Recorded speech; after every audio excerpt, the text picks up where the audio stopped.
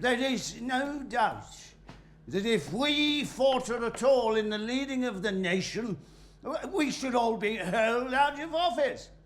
I'm sure now that every minister on both sides of the House is ready to be killed quite soon and have all his family and possessions destroyed rather than give in. In this, they represent almost all the people. And it falls to me in these coming days and months to express their sentiments. There shall be no negotiated peace.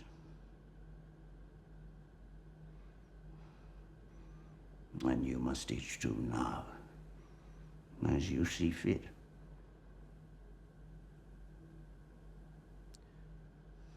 If you'll excuse me, gentlemen, I believe I am due to address Parliament, and I have yet to write a word of my speech. There's the buckets. Tidy. Sir.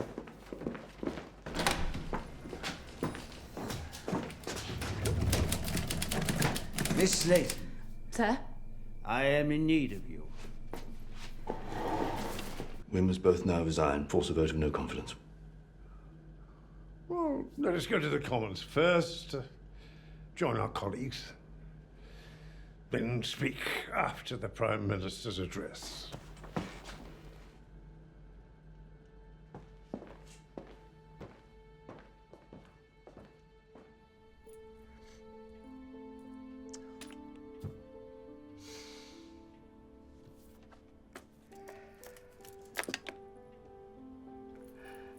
Here is a woman who's always tired.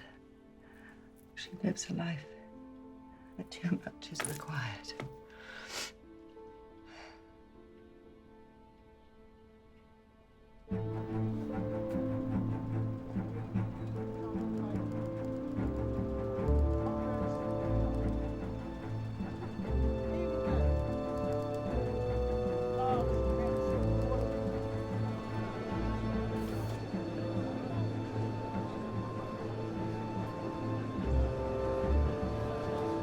Prime Minister.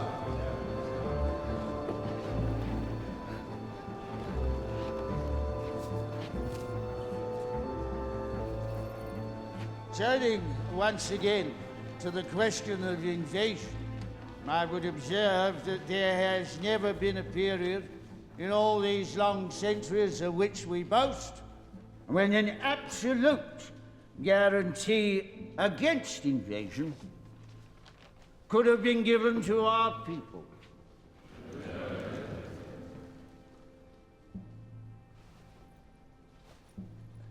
But I have myself full confidence that if all do their duty, if nothing is neglected, and the best arrangements are made as they are being made, we shall prove ourselves once more able to defend our island home, to ride out the storm of war, and to outlive the menace of tyranny, if necessary, for years, if necessary, alone.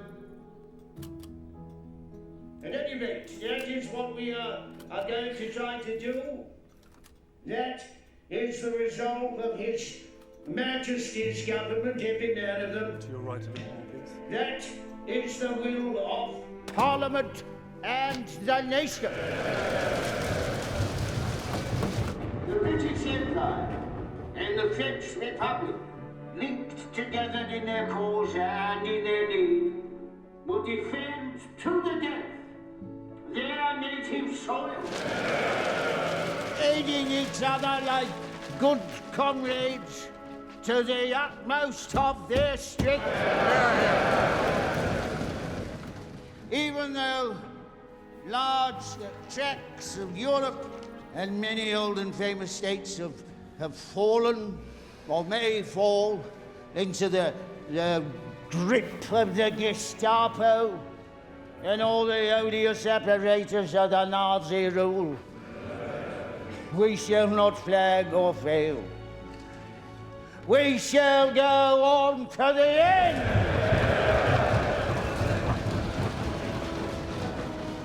We shall fight in France.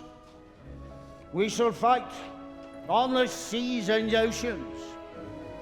We shall fight with growing confidence and growing strength in the air. We shall defend our island, whatever the cost may be.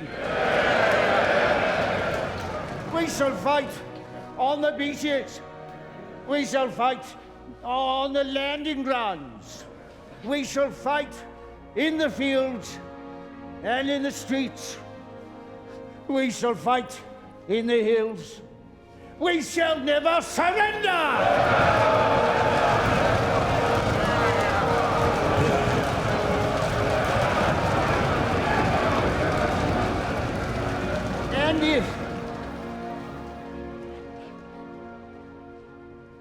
And if, which I do not for a moment believe, this island or large part of it were subjugated and starving, then our empire, beyond the seas, armed and guarded by the British fleet, would carry on the struggle until in God's good time, the new world, with all its power and might, steps forth to the rescue and the liberation of the old.